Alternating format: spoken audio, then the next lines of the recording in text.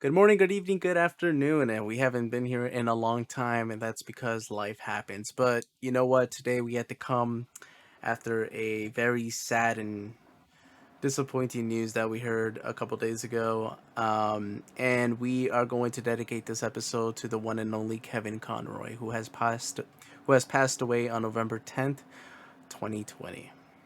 Um, it still hasn't hit for me. It still hasn't hit for Joey, but we're here and we're just gonna talk about his legacy and what he really meant to us as a voice actor and what he did with the character Batman, Bruce Wayne, for a very, very long time, over 30 years, I believe, since 1991, starring in the animated series of Batman.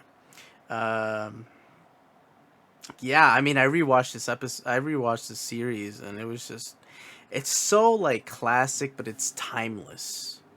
You Yeah, know, it's timeless yeah. to It, me. it it's it's it's sort of cemented how Batman would be in the films afterwards. Like Yeah. he separated the two. Michael Keaton did the exact same thing, and Michael Keaton was before that started. But I felt that there was a diff. Kevin Conroy made them both different. Way Bruce Wayne and Batman. And he was able to you know he was able to separate the two and felt very distinct in the differences between the two in personality and how they talked. Mhm. Those two are going to be like cemented as the greatest voice actors for those two characters, Joker and Batman. I again rewatching it, you know it's a classic, classic series. It takes place in a different time period. The cars are kind of like the 1940s, 1950s, but still you kind of feel like it was kind of like a couple years ago. And Yeah, the animation was really really good. They implemented a yeah, lot of money into it, but it's also it's old and it's classy and it's great. And then came Batman and Robin Adventures, and that's where like the style a little bit changed, even the costume that he wore, even the way Bruce looked, but the actors still stayed the same. Then he went on to do Justice League and Justice League Unlimited, and a couple appearances in Static Shock, which is funny to me because in the first time we see him in Static Shock, he has the Batman and Robin look, which is like the yeah, gray and black, yeah, and the classy Bruce Wayne. Then we hit to Justice League and that episode where he stays in the Watchtower with Richie, and he has a different suit on that one, right? And then in the next season he comes back, but it's back to the old Batman and Robin animated look. So I always wanted to question the creators, like, why did you change that? yeah. There was a slight difference even when I think when they do the world's finest episode, and you notice that Bruce Wayne's eyes are blue. Like you could see like the blue eyes compared to like how Clark is well known for his, baby blues too. But it was like there was a difference in his look. It looked like though the art was very stylized, he was like drawn very handsome, like very, Yes, he was was it John Manson. so In yeah, the animated series, he looked a little bit more. He had like, what was it? I wouldn't say black dotted eyes, but he kind of yeah, did. And then when he was in Static Shock, he was given the blue eyes, and I was like, this feels a little bit more of Superman. You get to see his eyes, yeah. and I like it. It's But kind of yeah, like how Greg it Capullo draws his Batman when he's Bruce Wayne. You could see his eyes. They could see the eyes of the characters like very well. Sometimes they don't really get into how their eyes look compared to when Greg does it. It's like they're like the artwork is piercing.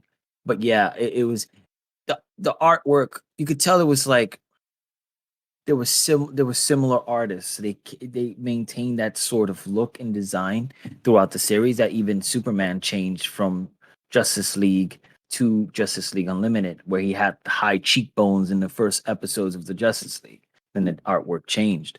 But I mean, uh, as voice actors, I mean, there's no one that could. I mean, there's so many actors that's portrayed that voice. Troy Baker has done it. He was I believe he was the voice of The Last of Us. I believe he Uh, was the main guy. The actor Troy Baker. He was also the voice main character of BioShock Infinite.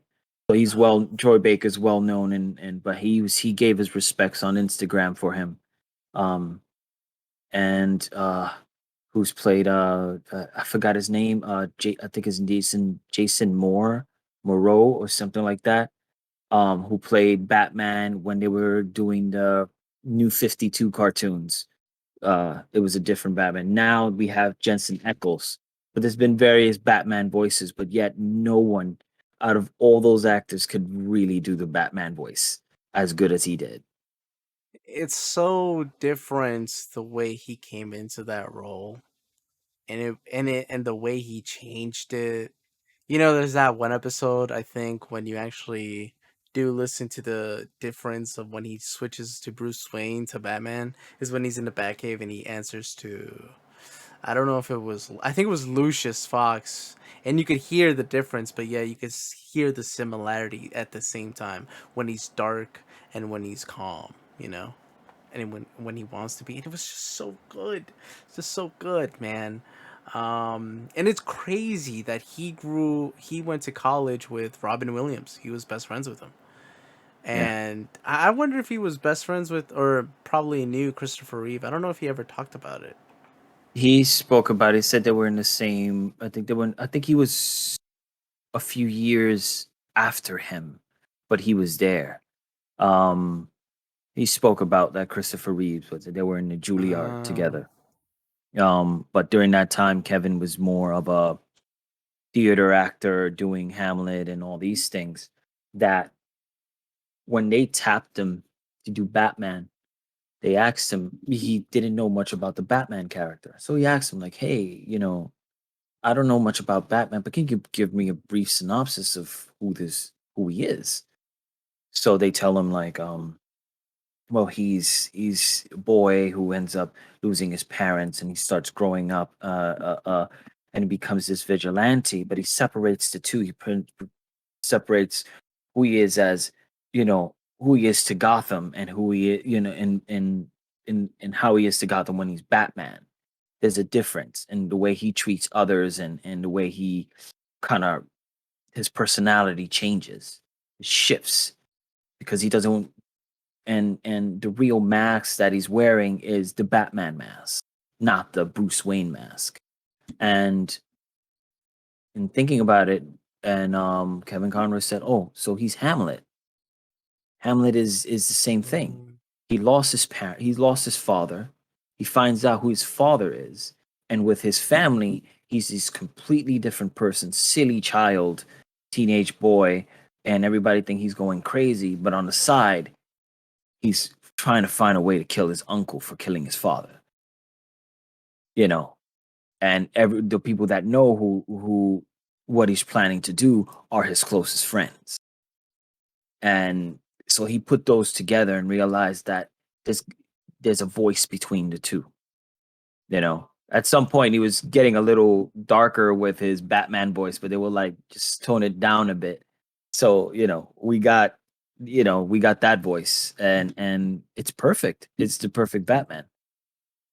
it's a perfect voice for Batman, and it felt completely different when we started playing the games. You know, back Batman Arkham Asylum, which was huge because we actually felt like we were closer to him, but also like Yeah, right in his mind. You know. yeah, yeah. He's they did. I love the fact that they brought him into do the games. They could have they could have just gone somewhere with it and just like made the game and get other voices, but they decided to like give us that nostalgia and bring in the Batman animated series voices. You know, even Tara Strong was Harley Quinn. Mark Hamill was the Joker, and you know, Bruce Wayne. You know, Kevin Conroy plays Bruce Wayne in Batman. So we got that, and I was watching yesterday. Little Piggy, which was the episode he sang "I Am Blue," Hmm. uh, uh, and he was able to pull the whole. He was able to pull out humor without having to, you know, do a joke or anything like that. He was able to pull humor out, like the scene where they're staking out a Penguin's Lounge, and Wonder Woman says, "Hey, do you ever want to go down there and enjoy, have fun?" And then Batman tells him, it's like, one, it being getting into a relationship with anybody in the team leads to a lot of problems. And then two, your society of women who are warriors, and I'm just a child, like I'm just a person with issues, lots of issues. And that line alone is like, it's so funny to me because he's like telling her how it is, and it's just like, and it's like he's able to pull it off with that serious tone. There was a lot of instances where it was like very humorous for him to play around. I mean, we know that Batman is always serious, so we always expect that from him, but he was able to pull off the humor and not feel like, oh, I don't think he should have said that. What was the episode? I know you've seen this episode, the one when Hawk Girl finds Hawkman and he's like stalking her, and then Batman says, "Hey, she's going out on a date." And he comes on and says, "Oh, I'm glad I got up to you. Before you do something stupid, there's something I need to show you." And then he shows her all the Mm, stuff, like all the photos of like him stalking her. And again, he was uh, he was the definitive Batman. Like right now, I hear other Batmans and still they can't pull it off. Even now that Jensen Ackles, who I love as an actor, he did The Boys, he did Supernatural for 11 years. I can't see him as Batman. Still, his voice I can't. I actually did like his Batman. Um, and it was really different. It was different. I really did like his Nightwing though. His Nightwing was really good in not Under the Red Hood. Yeah, he was Red Hood. Yeah. Yeah. His voice was perfect. And I was hoping that they would bring him back for Red Hood for Arkham Knight. That would have been great to hear that voice. Um Yeah. Will Friedley, who played Terry McGinnis for those, I think, 3 years of Batman Beyond. I think it was 1 to 3 seasons, I believe, And and then the Return movie. of the Joker. Hmm. Um, he was paying his respects because when he first started doing Batman Beyond, he had to work with Kevin Conroy. And the way the producers work, they have to be in the same booth together. They don't do the whole like one person at a time. Hmm. So it was him facing Kevin Conroy when they were having discussions and talking. So, and when they were doing like episodes where they had to talk together. So, and Kevin was, because he never really did voice acting before, Kevin was showing him the ropes of like how to turn the page, how to, perform, how to really get close to the mic and do these things. So it felt it was interesting because even he was a mentor in the cartoon, he was a mentor to him in real life. And so much respect he's given him. And I listen, he was in Will Freely has a podcast with Christy Romano, who played Oh, okay. he played Ron Stoppable and she played Kim Possible. Yeah. So they to voice actors. Yeah. Yeah. And recently they did Tara Strong and they did Kevin Conroy, and they had a whole discussion about Batman and him starting at the Juilliard, actors he's mad, and how he worked at theater and he was acting for a little bit, but then they brought him into Batman, and then ever since then he was Batman. Crazy. He did that. To be known to play a character that has so much lower legacy, and love and maybe a little bit of hate from different people, but still Yeah, who he was and who he is. I don't know, it's just so hard to say goodbye to him when you think he's gonna be the next game probably, or the next animated yeah, series. I mean, I was rewatching, like I said before, the Batman Brave and the Bold, and he played Phantom Stranger, and it was that episode when it was called Chill of the Night, when he finally confronts, because after so many years they didn't know how he was gonna confront him, or who the killer was, and it wasn't until that where, even though he didn't play Bruce Wayne or Batman in that episode, he was still there because the contribution that he had for that character. They said, let's bring him in, let's bring in Mark Hamill because of the legacy that they built for an animated show, for an animated character, but, comic book character. yeah, It was just yeah. great. I think he also And I think it was in he played another Batman, by the way.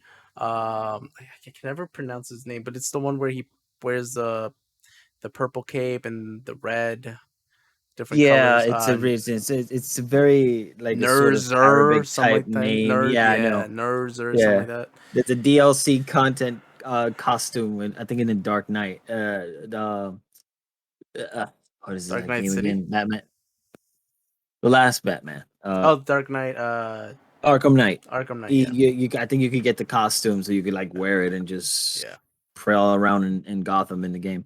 Um, but yeah, he also, and this was, I don't know if this was sort of like passing the torch, but when there was one of the movies, I don't know if it was Batman versus Robin, I don't know which Batman it was, but when they were doing the new 52 sort of storyline, animated movies, Bruce Wayne, Thomas Wayne was played by the voice of Kevin Conroy, and sort of like it felt like it was as if it was sort of an homage to him, you know. Mhm. Um, even I think one of my favorite, I think one of my favorite animated movies I've seen so many times is Doom, the one where he does the contingency plan and then they take it from him and they make it worse, and then he Yeah, starts killing, like they start trying to kill the Justice League, yeah. and just that ending at the end, how he pretty much puts them down. It says if I would, though it was gonna kill you guys, I would still do it again, because who can Who's stop gonna the stop? Justice League? You're the Yeah. most powerful people. Um, I forgot what I was gonna say, but there was gonna be a sequel to Batman Beyond: Return of the Joker, but they scratched Oh, it.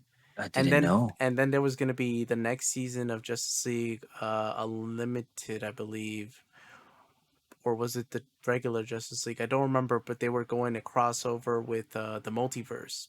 So they were gonna do what they actually did in the animated movie of Crisis on Two Earths.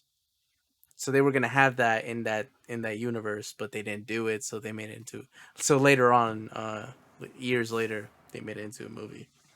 Um, and they were gonna have that whole cast. Um, I forgot if I don't think he did Batman Year One movie. Did you ever see that one, or Batman Year Gotham, One? or yeah, No, I don't think so. that one? It wasn't him, and it was a new guy, and I was just not into it. No, I Uh, didn't like his voice, and I know he's a popular actor. I think I've seen him, because usually when they do animated movies where it's based on a sort of graphic novel, they try not to attach. They try to bring somebody else, kind of like when they brought I forgot his name. The guy who did RoboCop back in the 80s was the voice of Batman in The Dark Knight Returns. Really? And then what I is didn't know this that. guy? The guy who played the voice of the Joker was played by someone. I think he was in Lost. I think you, if you've seen him, you know who he is. He's a short guy. He always wore glasses. Uh, Um, I know the character, the type of characters in that show, but I've never seen like I don't remember their faces or anything like that. yeah, I just it's very difficult to find actors right now to just even know who these people are. But I forgot the name of I mean, I forgot the name of the actors who portrayed in there in A Dark Knight Returns. And again, it's like you they get famous people to portray these characters, actors that we know, but they kind of like stay clear from like, it's because during that time, I'm pretty sure it was Andrea Romano who was the producer who found the voice actors, and I think she always tries to like, let's separate the two, let's not, you know put Kevin Conroy's voice on this Batman because this is a totally different Batman from the other series, which makes sense because it's sometimes it's like there's very distinct Batmans. Right. It's not like the same Batman we know and love from the Batman animated series, and then when they do this sort of movie, you kind of have to separate the two because it was very different. Like when the New 52 did the cartoons, what was it, War? What it was called when Darkseid comes at the end, blah blah. They did the Throne of Atlantis movie and all these things. That Batman didn't feel like the same Batman we saw in the animated series or in Right. Justice League. It was Yeah. very different. I think that was like him kind of, I wouldn't say starting up, but I think it was like his New Year's, he already made a name for himself, but they didn't really believe him and the other cities until he came to, was it Metropolis? They all met up, I think in a war. And Yeah, I think it was in a uh war. Yeah, Justice League yeah, War, they yeah, all because met up. he was searching for the alien, and the end, was it Gotham or was it? No, I think they all ended up in Metropolis because that's where like Lois Lane had something to do with it at the end or something like that. I think it was that one, or was it Star City? I don't remember, but I know it was in Gotham. Yeah, because I know he was just chasing him, and then all of a sudden, It led Green to him. Lantern pops up, and then, oh, I hated Green Lantern's voice in that too. You don't I like him? hated it. He was too cocky and too annoying, and I was like, this isn't this That's is kind of like Kyle, but yeah, that was I like Kyle know Jordan in comics, though. He was always yeah, cocky of himself. He kind of reminded me of like they gave him like the Tom Cruise kind of like I'm a fucking know it all. You ain't gonna tell me shit. yeah, You know what I mean? And that was kind of yeah. that was his you know presence Yeah, every single I time. don't know. It was just something about his. I always felt that Hal Jordan was more like Chris Pine in Star Trek, as opposed to being You lost me there. a know-it-all. Well, you never seen Star Trek, right? No, never. No. Well, I mean, you got to see those. It's Chris Pine was phenomenal in that.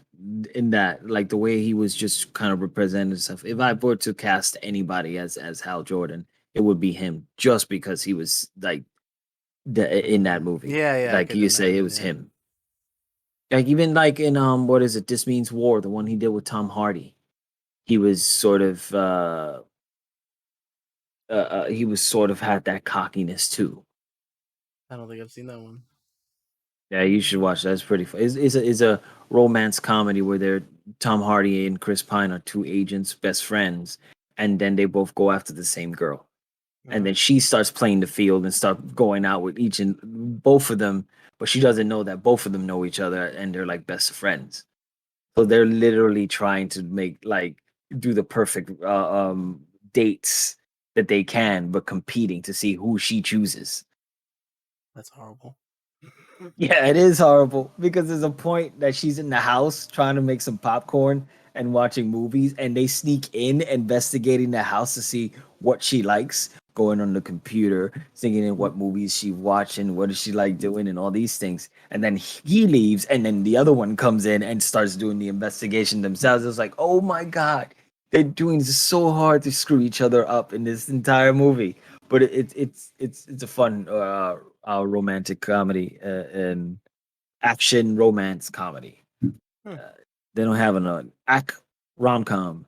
Oh, No, action rom ac com. rom com. uh, man, but no, I kept scrolling on through Instagram, seeing a whole bunch of people giving their respects to him, comic book writers, uh, comic book artists, you know, people that have been fans of the Batman series for so long, other voice actors. It's one of those things where it's like he really did a lot for others, and everyone knew him in some way, you know. And then not only that, there's people out there that I remember he said this. He says, "You never know what an effect." Kevin Conroy said, "You never know what an effect you have on people until someone tells you you do." And he said someone came to him once, and he says, "You're the reason why I stayed off the streets, and you know, it was I lived in a horrible, horrible town in a horrible, horrible area, you know, and going home to see the Batman animated series what made everything worth it. I survived watching the Batman animated series." And, you know, and him hearing that, you know, not knowing that sometimes you know, it affects people. It does affect people. Even in Smallville, I people was that just were gonna say over that. there saying because during that time, September 11 got hit during the time where when Smallville was being filmed. And when they went to war, sometimes the Smallville DVDs were going over there and they were watching it. And they would tell him later on, I said, this got us through the day, you know? And it's like, and you know, Kevin said it, so you never know who you affect because you could be responsible of have saved this person's life, but you just being a voice because no one ever knows like who they're affecting through the television. They just know they're just doing their job. Yeah, yeah. Um, I think the moments when I was a kid that really cemented, cause I always do like periodic like let's throwback Yeah, episodes or series or movies. So I think like in my teenage years, probably like when I was 13, 14, I rewatched Mask of the Phantasm, and that movie stayed with me for a while, and then I had to rewatch it again recently. But yeah, that movie, it was so good. The way he talked to his parents at their graves, just being like, I let you down. yeah, And then the twist when he when he knows he can't fall in love with the girl or something like that. Well, what happens? Like she tells him no or something, or she just never comes back. Oh no, her parents make her leave, right? And so she's taken away, and in that moment he realizes, like, you know what, I had to give it all. So then he puts on that mask and he holds it, and Alfred is the one to give it to him. And oh my god, bro, you just like, yeah. that's the And moment. Alfred's reaction when he He's sees him. scared. He's Yeah, scared. yeah. It was, you know, it was one of the. It's funny because I think that movie cemented how popular the animated series was. Yeah. That they made a film, and the funny thing is, it was made it was for movie theaters. It wasn't a straight to DVD or like straight to. It went to the movie theaters, and I was like, that's pretty phenomenal. I remember wanting to go see that. You know, I was like, this is Batman the animated series. You know, it's a movie. You know, no one. You know, I didn't think that during that time. I was like thinking, that's possible for this animated show that I watch once a week, or you know, you know, every single day was, you know, they made a film about it. And that's when I realized it's like this is a very popular cartoon that they did something like this, you know. And I didn't really hear like you know Disney and all these things, and there were movies on it, but it was like it was weird that to me that this thing on TV ended up a film in theaters, and that was crazy for me. Yeah, the love that they had for that and the cast and everything, it just worked. It all worked in unison, you know? Yeah, I think that's a everything was on point with that cartoon. It was like, you know, you couldn't get your own if you couldn't go to you get your weekly comic book. Batman the animated series gave you, you know, a weekly episode, a daily episode of Batman that you were it was like a comic book each day that you were yeah. watching. The music was so good. It was very dark and gritty and, you know, like those little it was always like these little tingles every single time they did a freeze episode or something when it was like snowing. Oh And yeah, every yeah, time it yeah. started, they would tell you the name of the title of the episode, and then it would show like this sort of, and I was like, "Ooh, it's gonna be interesting," you know. Um, I was thinking today, it's like, what episode is my favorite? And I think it's the first appearance of Clayface. That was my favorite episode when it was a two-parter, and then at the end, Daggett was on stage and he was like talking about the cream serum, and it's like, you know, you Mhm. put some in your face, you'll look younger and beautiful. Everybody was in shock. So big lady starts coming through the aisle. She's like, "Hey, what if what if you had an overdose on that? What would happen to their skin? And you could just, things will start happening to you." And then the lady's just walking towards the Daggett on stage, and all of a sudden, security starts coming like this. She just pushes security, and he was like, "Okay, Daggett, why don't you tell him what happened to me?" And all of a sudden, just completely turns into Clayface, mad large. And I was like, "Oh."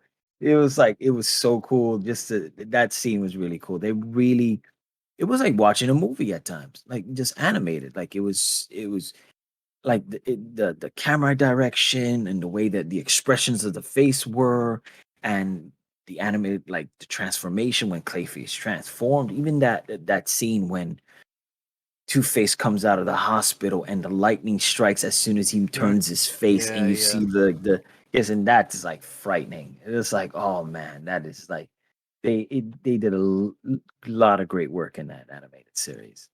It's like not there was nothing really close to that during that time. I don't know why, but I can never pick a favorite Batman animated series episode to me because they were just all great. Like there's so many that are so good, especially when they showed Two Face. I think it was like the lightning stroke, and then you just see half his face, but you don't see Yeah. the other one. You know, I don't know. I don't know which one's my favorite, honestly. And I rewatched it recently. I just can't pick one. I think it's difficult to find episodes, but it's much more difficult to say what was your favorite scene, because Mm, there was always these pivotal scenes that were like, that is crazy. um I think there was one episode I liked when Harley Quinn and Joker were just not getting along, and she wanted to kill him, and that's something true. was Yeah. happening at the end. And I think it was all of a sudden at the end he did the whole like honeymooners thing. Harley, you're the greatest. And he hugged her, and I was like, yeah, there was a lot of different scenes that sort of that you were like, man, I don't know what to pick, because there was a lot of scenes that were great. Like there was these moments and the way they were written. They weren't written like, one thing that Andrea Romano did was that she didn't want the actors to do the voices as cartoons. No, it's like you're using your voices for these roles. You're the actor doing these roles. We're not doing this as if, you're doing a voice for a cartoon, like Bugs Bunny or Sylvester or whatever. It was like these are characters, real people. you do a real voice, and that was always great because and then you didn't get like I don't like the way this character sounds. You Oh, know, the only people that normally was different was usually the monsters or something like that, or so, or the villains had a different voice because they were out of this. It was sort of like they were the weird ones. Because even Two Face didn't really have a real voice. He always had a yeah, yeah. flip the coin, and and the Joker. It There's wasn't Mark this, Hamill's real yeah, voice. You didn't yeah, want him to hit, you want to be like, that's Luke Skywalker. yeah. It was Mark Hamill doing the Joker. There's this one though that always has me crying because of the way he sounded. So in Batman Brave and the Bold, right? Yeah, Do you remember the character Babyface? It's kind of like Kingpin with a huge ass body, but yet a small little face. yeah, And it was just a baby, but the way they made him sound was kind of like a little monster, but also like a man. yeah, And it's like the 50s, like yeah, you would have thought, Batman, man, and you, yeah, and every single time he would end his sentence, man. yeah. It was so Even hilarious. even even the But yeah, ventriloquist. I oh, love the the voices in the ventriloquist, ventriloquist yeah. because it was like this puny little old man, and he was like scared of the little ventriloquist. It was like, dude, you're the one that's actually controlling this thing. And it's like, how you went this nuts? Like, Yeah, and if for animated form, you can't tell that they're talking because I always believe like no, it was the puppet. Like the puppet somehow is real. To me, it always felt like it was it had its control. It could control its own voice, but we just don't see that with the other guy. If it were to yeah. work in live action, I wonder did they ever do that character in live action? Ah, no, I always wanted to. Like, that scene when in the Dark Knight, in the Dark Knight, when Joker comes in to do to with all the mobsters are sitting at the table. Mm-hmm. When you first see the Joker. Well, second time you see the Joker, but this time he has more of a bigger scene here. He, I would have loved to have seen the ventriloquist be Mm, there, yeah. like even Killer Croc be there because he was sort of in that sort of mafia, sort of in between, being in the sewers and all that stuff. I would have loved to see like that sort of rogues gallery there. And ventriloquist would have been like so funny to see there, just to see an old guy holding a ventriloquist. And I That was would be like, I great. was Yeah. always just thinking in my head, imagine that was like, even though he was not part of the DC universe, I said, what if that was his Stanley's debut as making a cameo in a DC That movie would have been as the great. ventriloquist? Excelsior. And it's just like, Yeah, that oh would actually man, would have but been great. They had Michael J. White, right? yeah, he was in Yeah. there. It was, I don't know yeah, who he I forgot was. Gamble. He played Gamble. Okay, okay. Yeah. Yeah, they didn't Because there have was anybody there else was there. characters there. Yeah, because you could tell that was it, it's cool that they, Nolan was dabbling in different types of comics in order to sort of get that one particular story. But you could tell because it was the longest Halloween, which was the appearance of Two Face. Gamble was also there, and a lot Maroney and all And these gang Maroni, yeah, members were yeah, yeah. there. And first appearance of the Joker. Um, he was causing mad havoc and making people smile and stuff like that. But I think it was he he didn't want to do the origin story for him, which is great because I can care less about the origin story of the Joker. I think it's like keep me in mystery. I've loved the fact that it kept. I love Alan Moore's The Killing Joke. Don't get me wrong. Oh, you love it? I was Uh, thinking about it the other day, and because somebody made a video about it, and I was like, to be honest with you, like I kind of like it, but I also don't like it. mm. Like there's some Yeah, scenes where we kind of need it, but also there were moments where I was just like, you really got to do that to Barbara. Like yeah. that was really psycho. Like you already had. Did they have was Killing Joke before or after Jason Todd? Uh, I think it was after. Did you have to do that to another Batman, a bad character then? I don't know, but the thing that's what makes Alan Moore very controversial. And when he wants to, it's sort of like, here, let me get these characters, and then it's let me blow stuff up.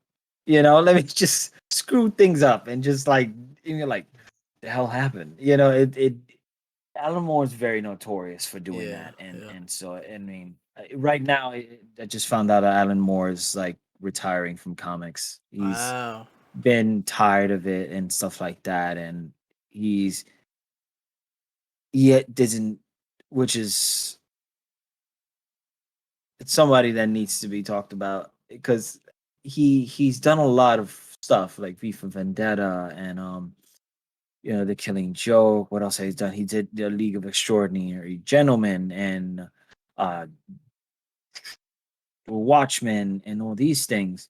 And once they made movies of him, he would like burning through them. Like, I'm sorry, I don't want to see anything. These things should maintain at its medium.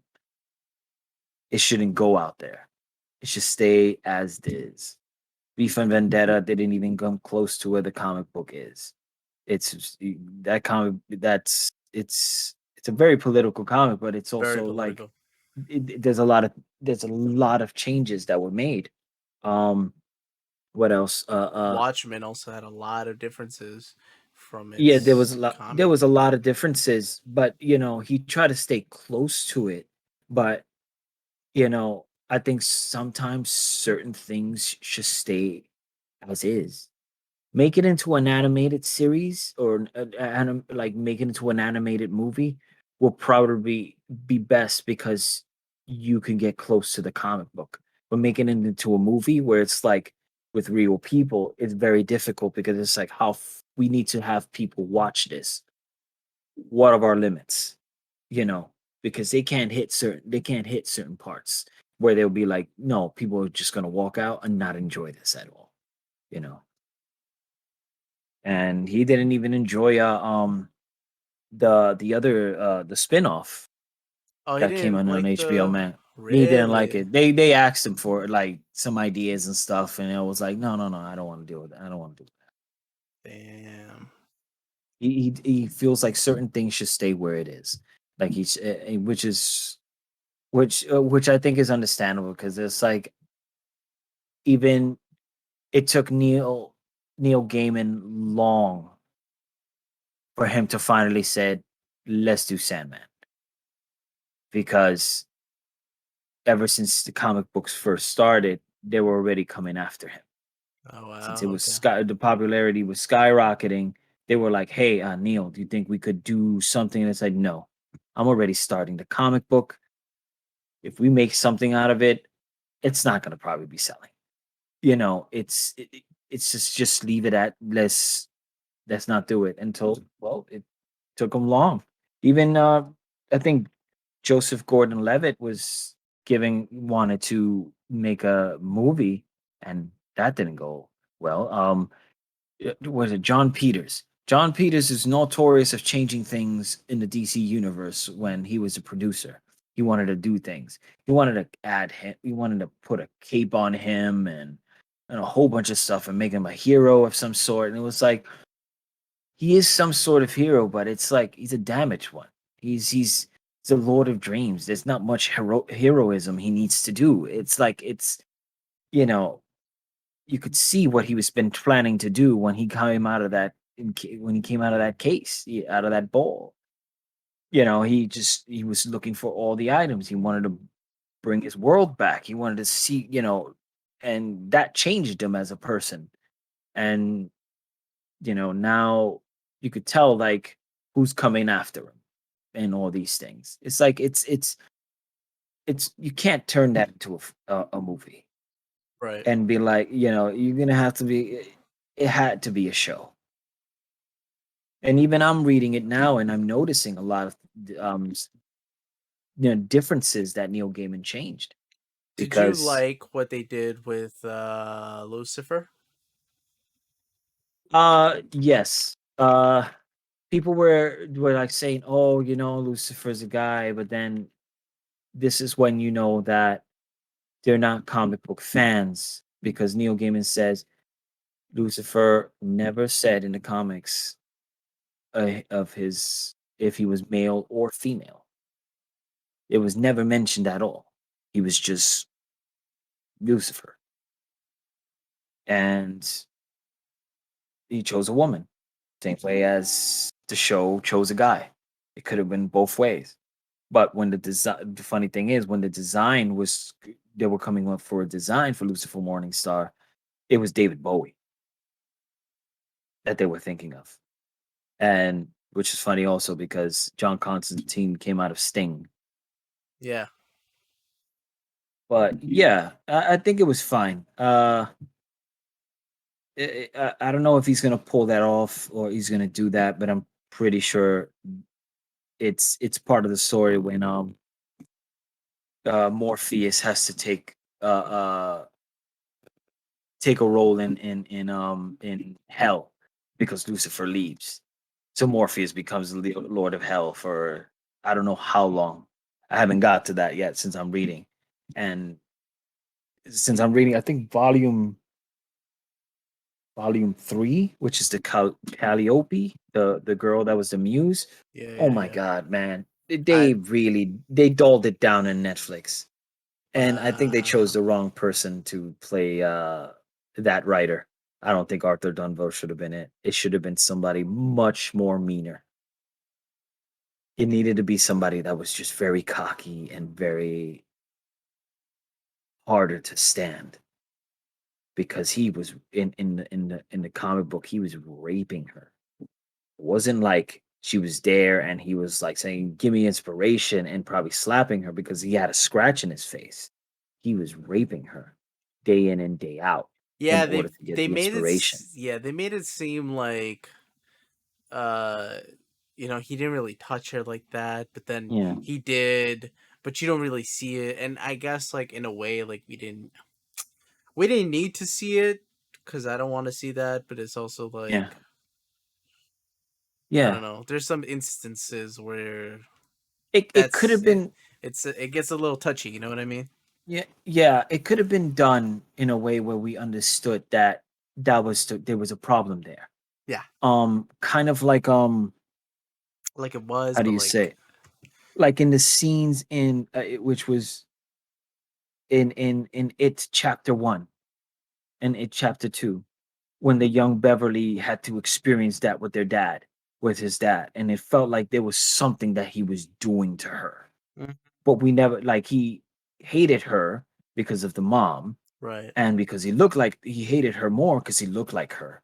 But there was like this that you felt like there was something that he was doing to her. We just never got right, to that point that there was any sexual molestation, but yeah, there was a you kind of felt like they're telling us something but not telling us, you know. And I felt like they could have done that. Maybe just like one scene alone could have been enough to be like, okay, he's doing something very bad, you know. But but sometimes certain things could be done differently in comic books that you and sort of and we're in this era where things has to be kind of dulled down because of the sensitivity towards people. People can get affected by it.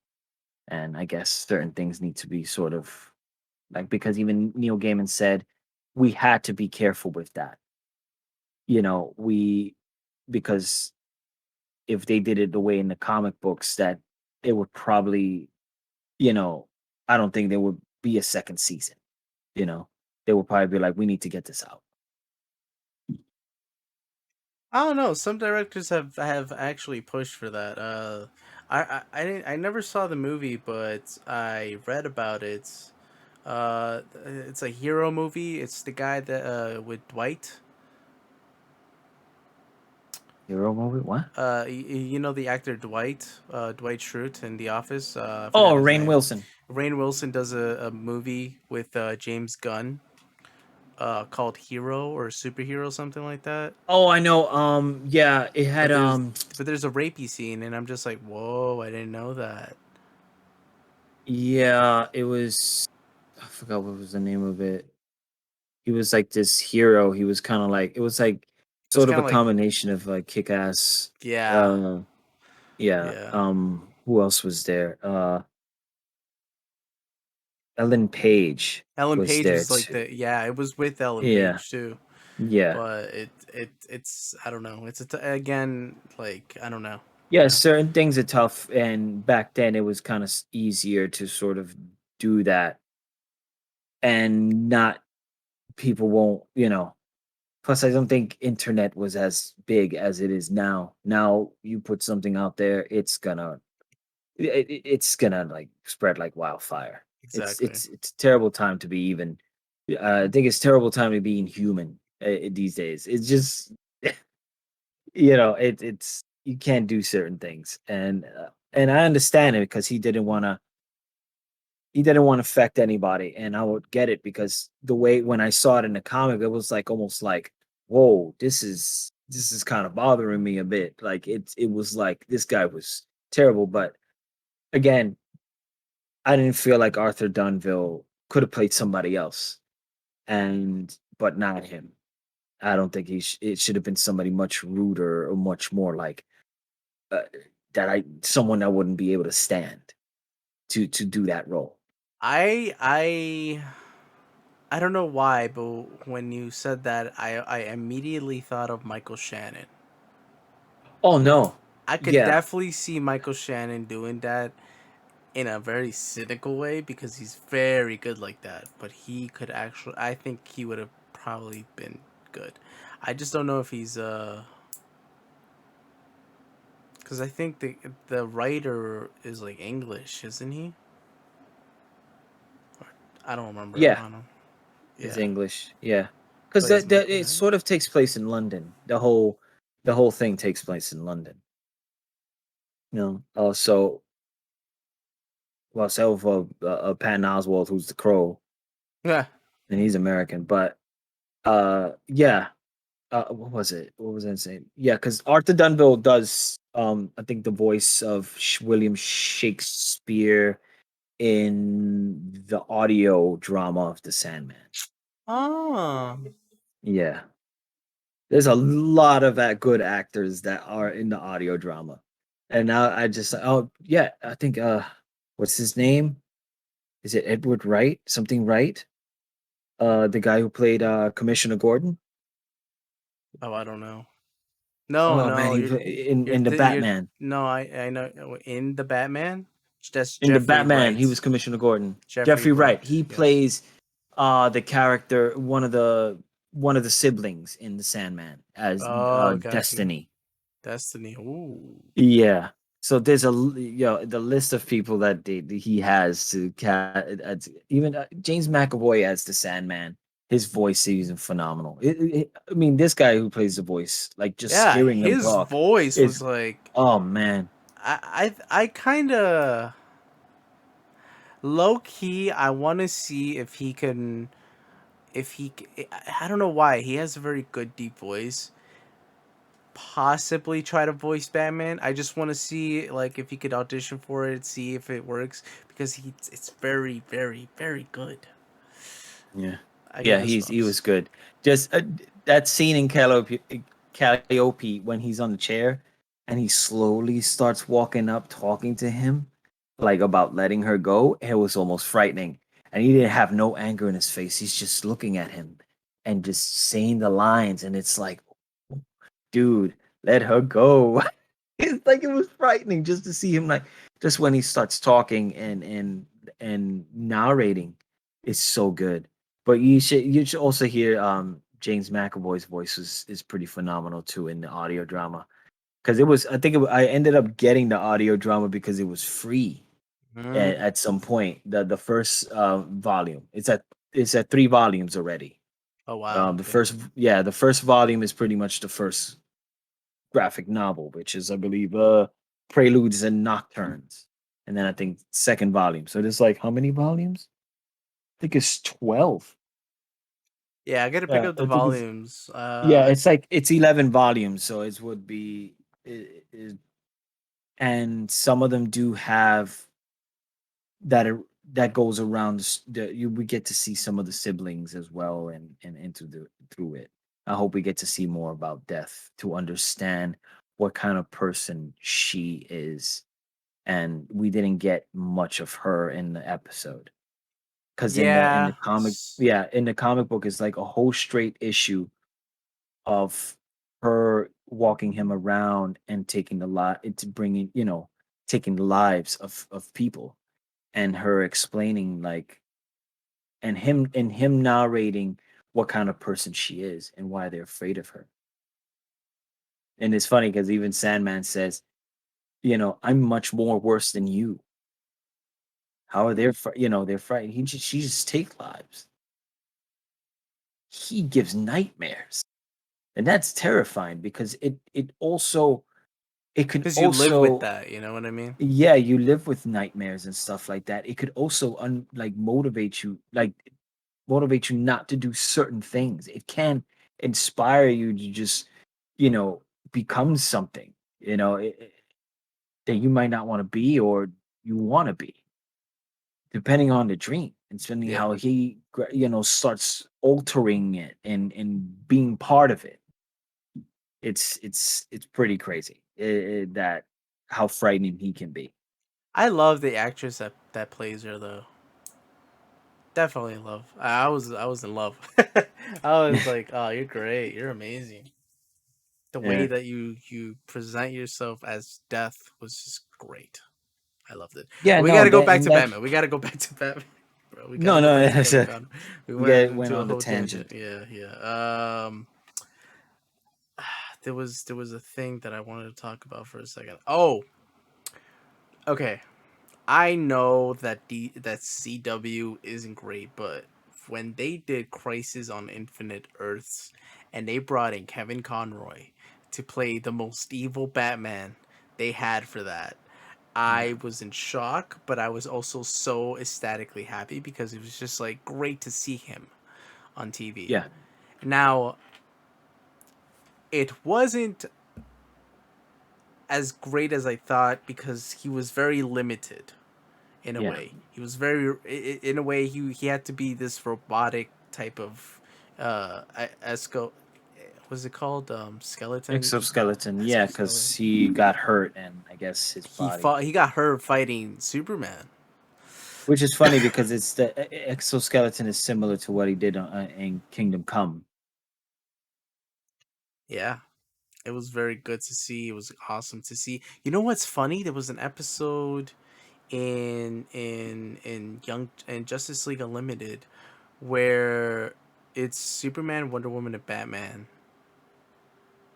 No, it wasn't that one. It was I'm sorry. Batman Brave and the Bold, Superman, Batman, and Wonder Woman. They have to have what's it called?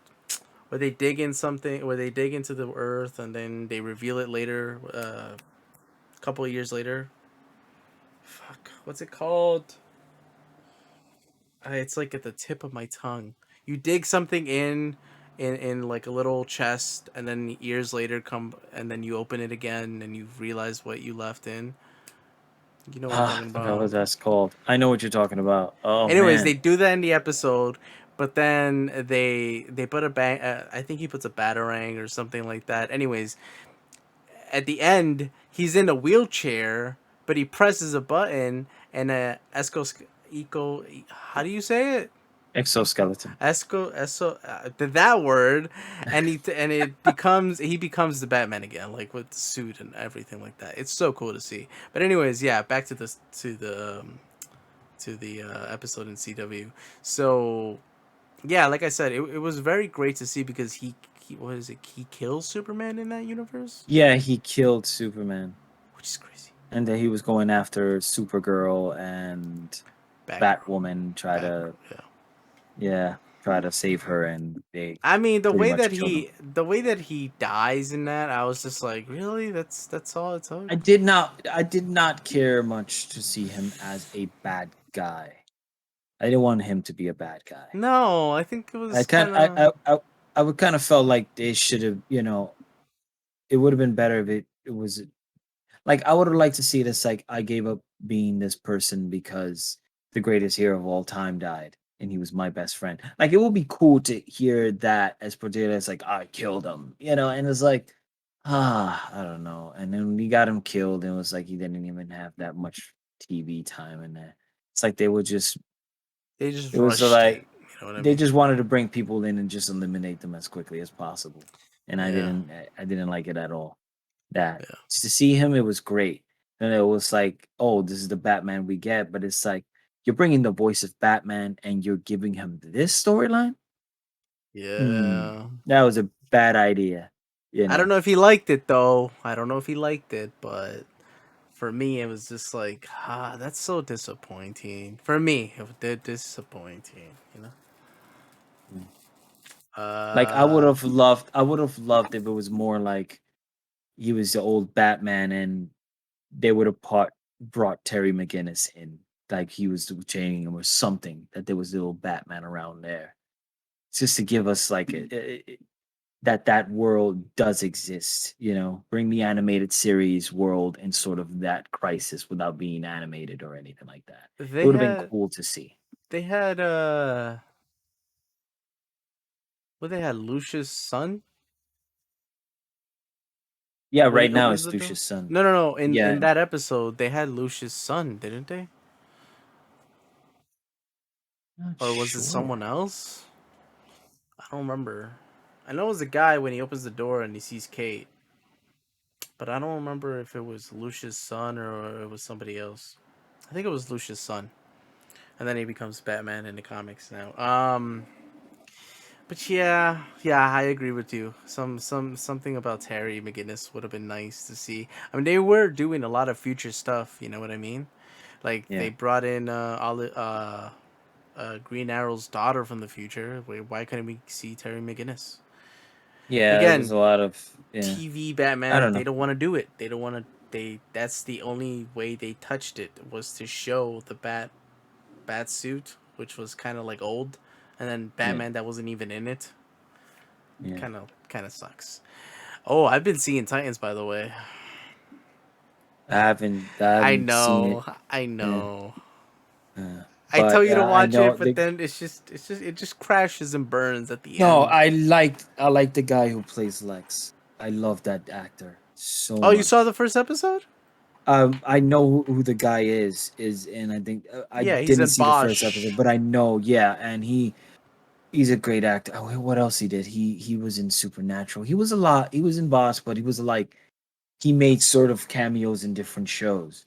He was just like, oh, it's that guy, He's that guy. That's the Yeah, yeah, guy, yeah. It's yeah. the guy. And then yeah, so it's like him playing it. It was like that was really cool to bring him along because he's kind of naturally bald and he has a good voice, He and I has a feel really good like voice. Yeah. yeah, he's a it's like if I would love to. I still want to see Billy Zane play Lex Luthor. Hmm. You know, Wait, he's Billy naturally Zane? bald. That dude, Billy Zane. He was he's that dude from Titanic that was married to Kate Winslet and who else? You'll know. Just go. Oh Yeah, yeah, yeah, yeah. I could see that definitely. I could I see would have that. loved. And his voice is awesome too. It feels like it's very close to the Batman animate the Justice League animated series. Yeah, Like yeah, it's yeah, yeah. very close to that. He's that guy would have been perfect. That guy would have been nice. Yeah. And he's like mad tall too. So today we're going on a tangent. Today I went to a thrift shop and I was like looking at the DVD section. And I was looking at the Blu-rays and I saw Man of Steel, like still plastic covered on it, and I was like, I'm buying it just because it's like he's coming back. This is the thing to have, Did you and it see Black shouldn't cost Adam? me that much. I haven't seen Black Adam. You should go see Yeah. it. I want to know your opinion because you know what? My jaw dropped when he came in. When The Rock came in and did his old thing and all that CGI stuff, even though it was fine to me, there was one particular scene that I was like, oh, that's super CGI. Come on, guys, come on. But anyways, that whole scene, my girl turned around after he was done. When I thought he was done, I said, just picked up my jaw. I was like, yo, that was fucking epic. the way that I don't know, his entrance was amazing. You'll be stunned the way that they do it. I was like, he is way more powerful than Shazam, Captain Marvel. What are you doing? Yeah, and they still not even talk. There's no talk at all about Shazam popping up in anything. Like I don't know. I when I saw this trailer for the Fury of the Gods, I was like, cool. Yeah, I didn't You see know, anything like I that was didn't feel. appealing. Yeah, I didn't. It didn't feel appealing to me. I was just like, another Shazam movie. Cool. Yeah, it's nothing was appealing to me. I'm it's. I mean, I'll see it, but it's like I'll see it in I my don't own know. time. You know what I mean? Like I'll see it in the Yeah. next week or two. You know what I'm saying? I'm seeing Black Adam tomorrow. I mean Black Panther tomorrow. Yes, yes. YouTube just spoiled it for me at the Oh end. no.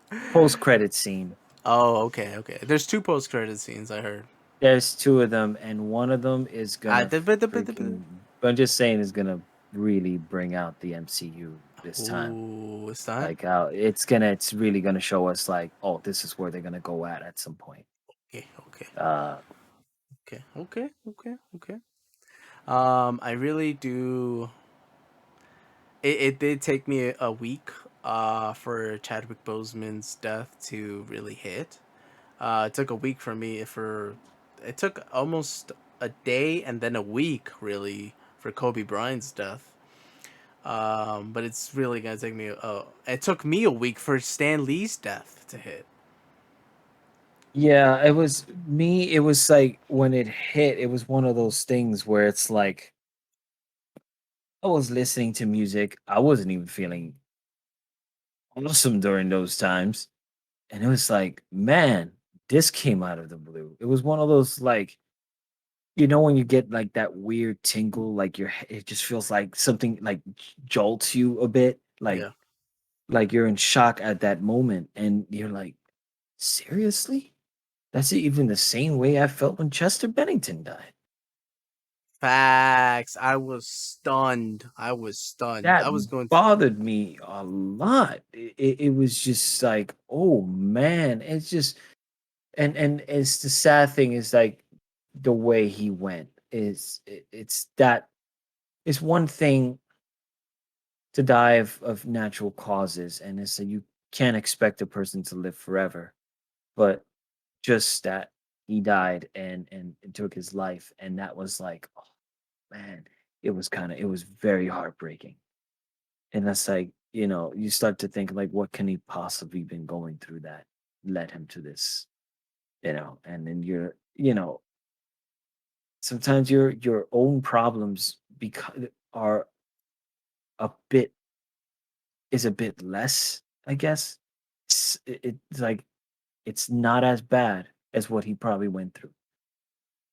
It's terrible to look at it that way, but it's like, it you going through problems, it's not leading you towards that direction. Something terrible must have been going through his head to go and take that route, you know. And then with social media and everything, it's very toxic these days. It's terrible. It's I you mean, can't run away from it. it was very toxic when like Chadwick Boseman went live on like Instagram, and you could see he was very different, and Yeah, everyone was like, "What's wrong? What's going on with your body? Why are you losing weight for yeah, this and that?" And he was like promoting, or not promoting, but like, um, telling everybody to donate to charity. I forgot for what cause, man. Damn it. yeah. I But also know he was like his last. I don't know if it was his last movie. I think it was the last movie. Was the one on Netflix with Spike. What is his name? likely, Spike Lee. Yes, that he did a film. I forgot 2 Minute War or something like that on Netflix. And one of the actors there said was watching Chadwick Boseman and he was getting massages and things like that, and not knowing and very ignorant to what he was looking at, he assumed like, wow, that Black Panther really got to him, he's getting all this love and massages and all these things. Little did he know he was going through cancer while he was doing this role, and there was just there comforting him just to pass the time, to just get pass through the day. And it's sad because people were assuming that it was something else that he was doing, like he was on drugs or something like that. It's like you got to not say anything. Don't jump into conclusions because you never know. Yeah, I don't know. It's just it's tough. It's tough. This is a very tough week because the movie is gonna honor Chadwick Boseman, but we're also going in with also losing another great actor. You know that Yeah. really stole our childhoods. And today is the anniversary of let's see, what time is it? Yep, the anniversary of Stanley's death. And this is gonna be like the toughest month to ever think of. It's not even Hmm. Thanksgiving month anymore for like us geeks. I it's just don't. a tough, It hits. it's tough month, tough week actually. What was it, the second week? It's the second week of November, and it's already like horrible the way it Yeah, starts. I need days off. I'm tired. I'm I getting feel it. exhausted. I'm getting back to running again and Me trying to too. lose This weight. And I'm week, like, honestly, dude, I was like, I hitting 40, and I'm like, I don't want to look like this. It's gonna get I feel that, be bro. laggy and I don't want feel to be like like this in 30, bro. I want to look younger and leaner, bro. I'm trying to lose weight. My girl got me running this week. We did Stairmaster on Thursday. Oh my god, fuck me, bro. it hurts. It It hurts. hurts, dude. I'm still trying to learn how to breathe again. Like when I run, it was like I hadn't done it Exactly. in a long time. I'm like,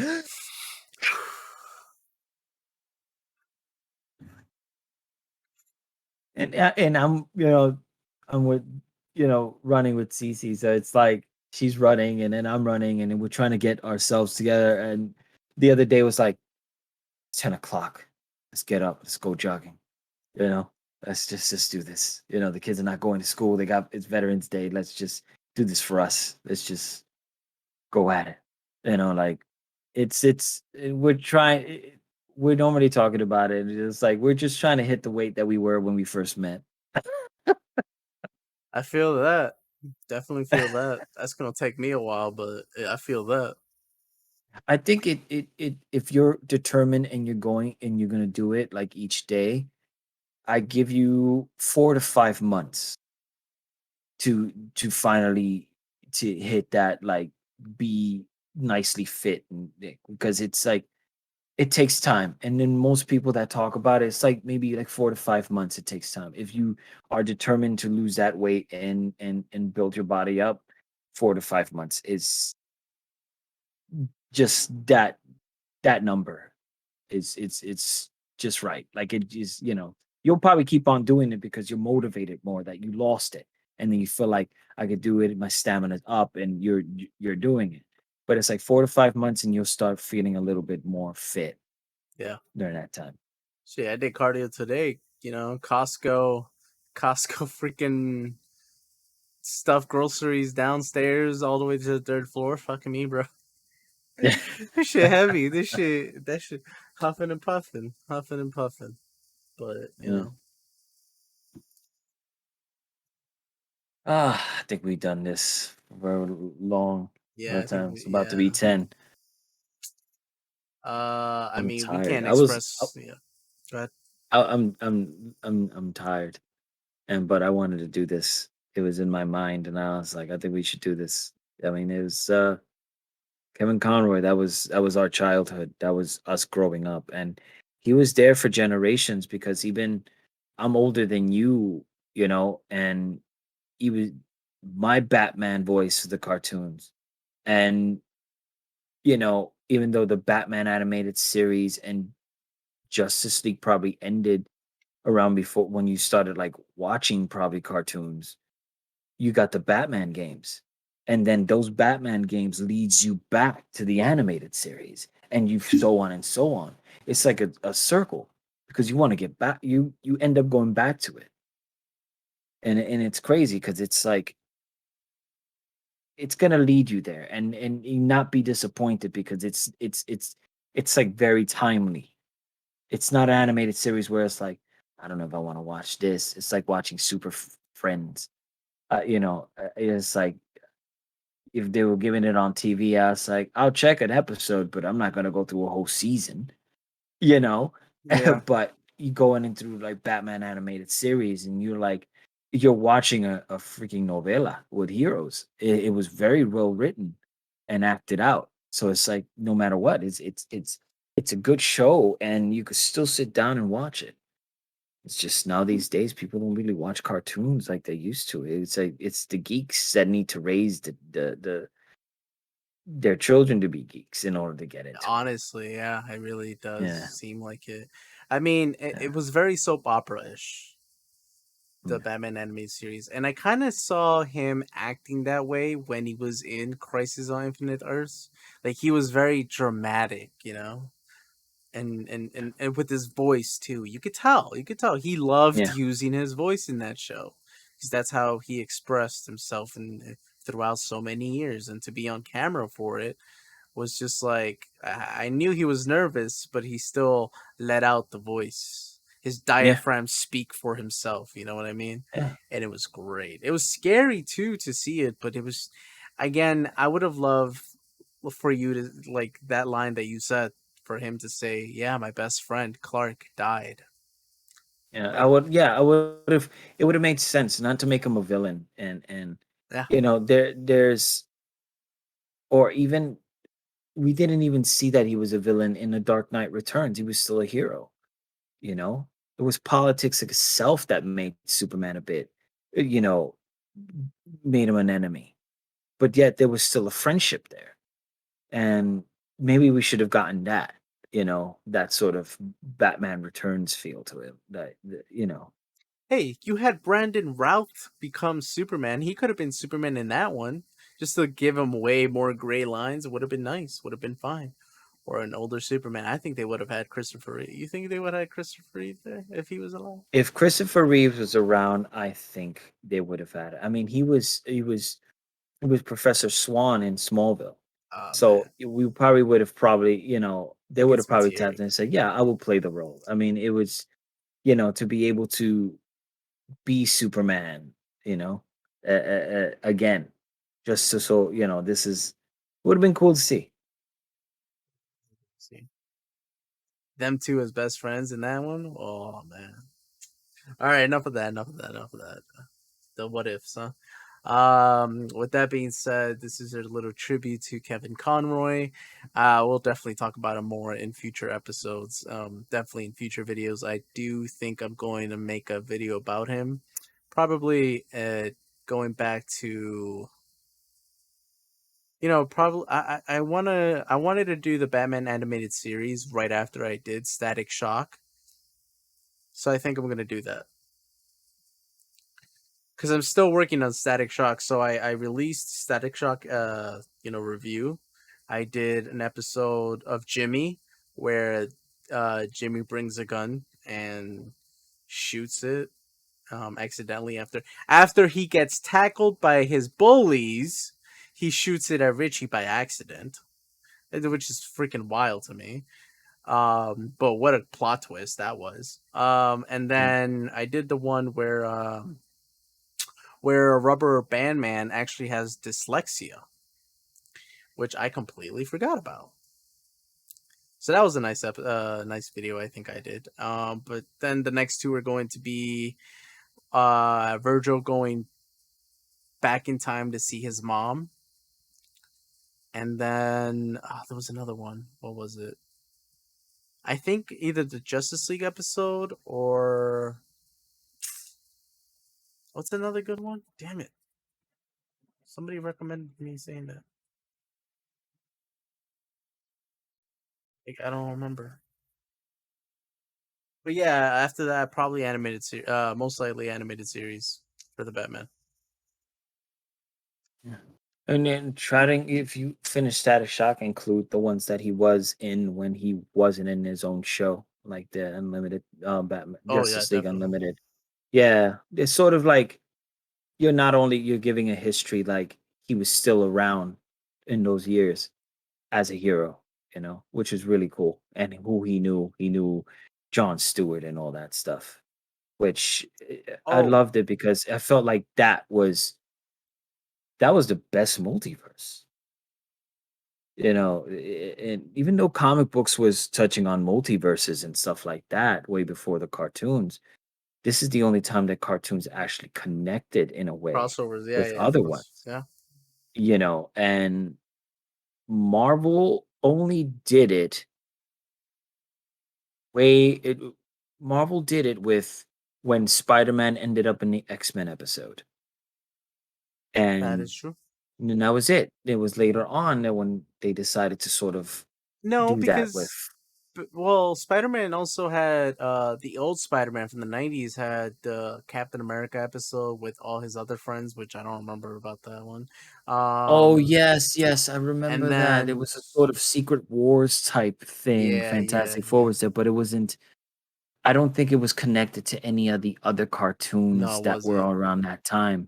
Because I know Fantastic Four had a cartoon Yeah. like around the Sunday mornings. I think Iron Man had that other Iron cartoon. Man had that one, which he Yeah, was also in it. Silver Surfer also had a Fox cartoon. Didn't last that long. You could probably find it in Disney Plus. Uh, so They also yeah, had another one with I think he had a Punisher episode if I'm not mistaken. I could be wrong, but he definitely had one for Daredevil, which was my yes, favorite because he actually yeah. learns in the end a little bit with him. He does like some type of training, so I kind of like that. I really did like that episode. Um, but yeah, I know he did a couple crossovers with that one, which by the way, underrated. Really Mm. good classic '90s Spider-Man. I didn't like the one what was it called? A Limited? I didn't like that one. It goes No, into the I future. don't That know where they was were going with. I don't know. I don't know what they were doing. It's something you I like forget. the suit, don't get me wrong, but I just didn't like the rest. I just didn't like the I don't like the way the design was for Carnage and Venom. It was Oh no weird. no no no no. They This changed world it up a was. lot. Yeah, they changed it up a I don't lot. know what they were doing. It was one of those like it's Spider-Man, but not Spider-Man. Like it was weird. Oh, they got Spider-Punk is coming in the sequel to Spider Yeah. Universe. Yeah. Uh Who voices him? Daniel Kaluuya. Yes. I Yeah. like to see that. I can't wait. Can't wait. What else? Did you see Wolf by Night? I haven't seen that yet. I've been told to watch it. I have to do a reaction video to it, so I'm gonna give it some time. It's Probably it's watch it it's this week. really cool. I liked it. I like the way they went with it, with the old horror black and white feel to it. And but they said that they're gonna do because when it starts like special presentation, and then it starts to show like something like that. So now they're going towards that direction with doing special presentations. Since now the second one that's gonna come out is the new Guardians of the Galaxy. Oh, Guardians of the okay. Galaxy special presentation. Yeah, yeah, yeah. But there is talks about a special presentation of Silver Surfer.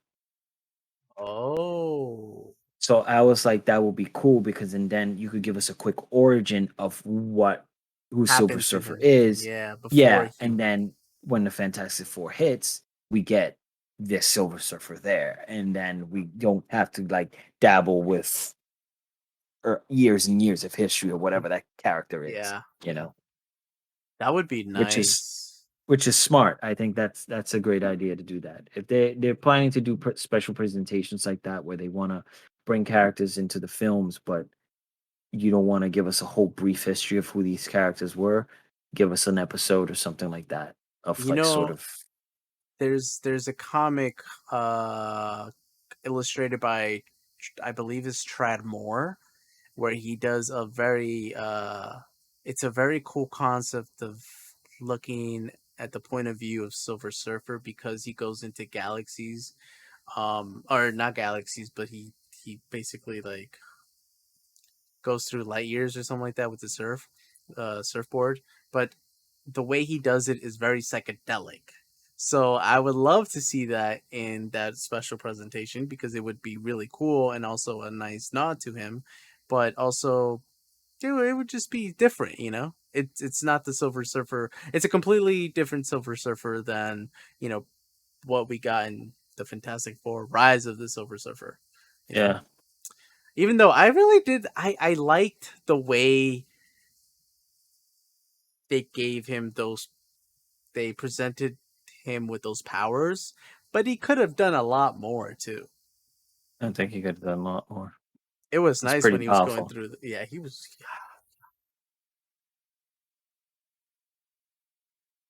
Yeah. Let's go before Anyways, we. Yeah. there was that being said, we'll see you next time, hopefully within 2 to 3 weeks. We got to talk about Black Panther Wakanda Forever. So hopefully, if you see it this week, probably by the end or in 2 weeks, but we got to watch it. Watching it tomorrow. Can't wait. It's going to be amazing. I know it is. I got a shirt for it too. It's a white shirt, but it has. I gotta pick it up. Hold on.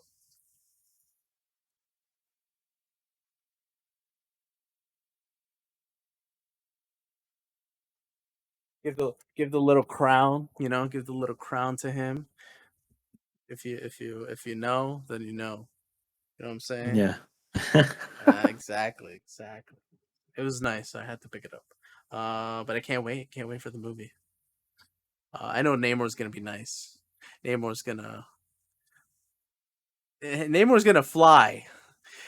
Yeah, with Isn't his that little crazy wing that feet. Namor's gonna fly with his little wings? You saw the wings in the trailer? Yeah, at least it stayed to the That's true. character. That's true. That's true. As long as he states the character for I didn't that, think that's those fine. wings were that long, but yeah, it's Those motherfuckers are long. yeah, That shit crazy. All right. Well, with that being said, we'll see you next time. Until then, you can find us in Facebook, Twitter, YouTube, Instagram, TikTok as Geek Mythos. Also, check out this week for Saturday. I'll drop a new video of a Static Shock. Hopefully, it'll shock your world. Till then, see you next time. Have a good one, guys. Peace.